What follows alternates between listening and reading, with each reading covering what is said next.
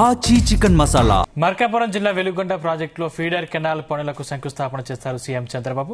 అనంతరం ఏర్పాటు చేసిన ప్రజావేదిక సభలో కీలక వ్యాఖ్యలు చేశారు. వెలుగొండ ప్రాజెక్టుకు తానే శంకుస్థాపన చేశానని, పూర్తి చేసే అవకాశం కూడా తనకే వచ్చిందన్నారు. వెలుగొండను పూర్తి చేయడం వల్ల 4 లక్షల ఎకరాలను రైతులు సాగు చేస్తారని చంద్రబాబు స్పష్టం చేశారు. మార్కాపురంను ఉద్యానవనంగా మారుస్తానని హామీ ఇచ్చారు.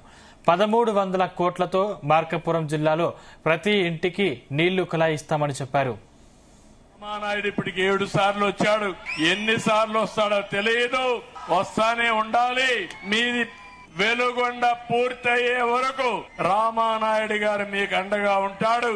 ఎగ్జాక్ట్ గా 14 నెలలుంది. 14 నెలల్లో అన్ని పనులు పూర్తి కావాలి.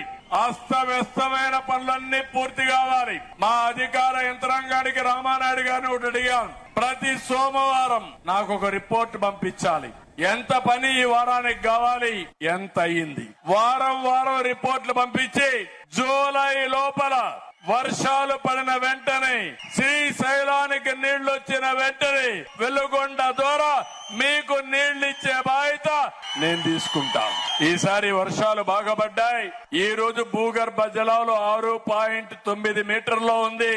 భూగర్భ జలాలు నల్లమల సాగర్ గాని వస్తే ఆటోమేటిక్ గా పెరుగుతాయి. కరెంటు వినియోగం తగ్గుతుంది.